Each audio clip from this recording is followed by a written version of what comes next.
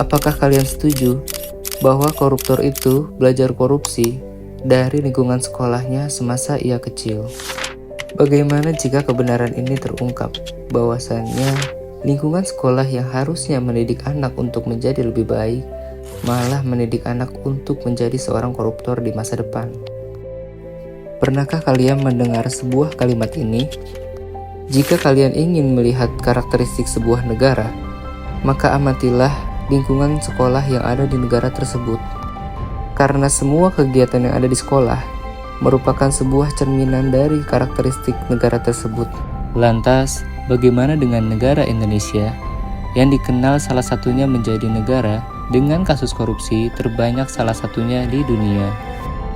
Apakah selama ini lingkungan sekolah telah mendidik siswanya untuk menjadi koruptor di masa depan? Seperti yang kita tahu, sifat dan karakteristik seorang anak itu sangat dipengaruhi oleh lingkungan di sekitarnya.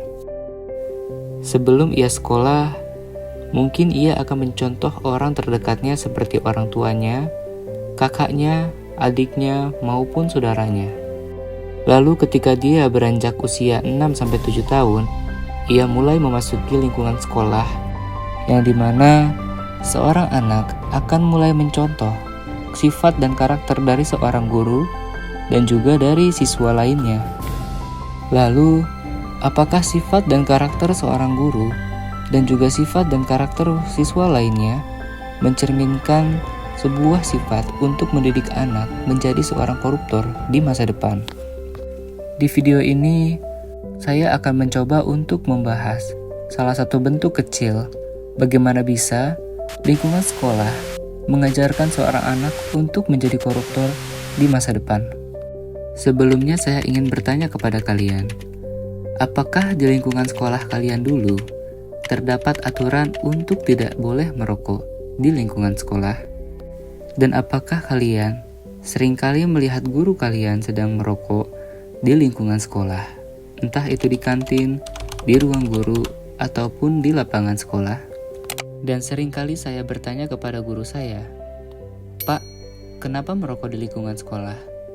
Bukankah area lingkungan sekolah terdapat larangan untuk merokok?"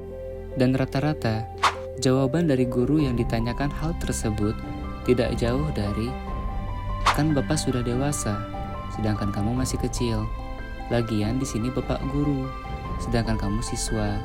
Jadi Bapak bisa merokok di sekolah sedangkan kamu tidak."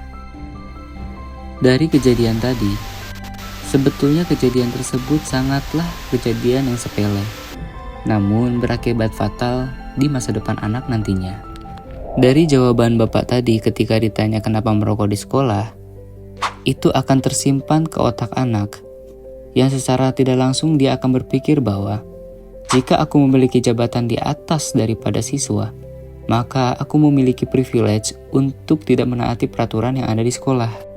Apakah kalian sadar bahwa dari kejadian tadi, itu mencerminkan sebuah negara, Indonesia, yang memiliki banyak pejabat pemerintah yang bisa seenaknya kepada rakyat, karena mereka menganggap diri mereka itu berada di atas rakyat, sehingga mereka merasa memiliki privilege lebih daripada rakyat.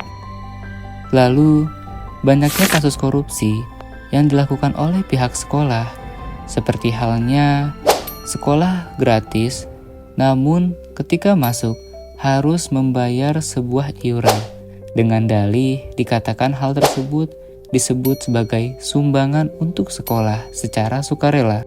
Dan yang lebih parah lagi, jika siswa tersebut tidak membayar iuran sumbangan tersebut, maka ketika lulus, ijazahnya akan ditahan oleh pihak sekolah.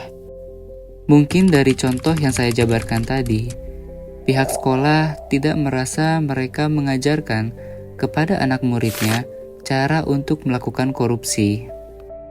Akan tetapi, pihak sekolah seharusnya telah sadar bahwasannya mereka adalah contoh untuk para siswanya di masa depan nanti. Dari contoh yang saya jabarkan tadi, apakah kalian setuju bahwasannya kasus korupsi di Indonesia sangat berkaitan dengan lingkungan yang ada di sekolah?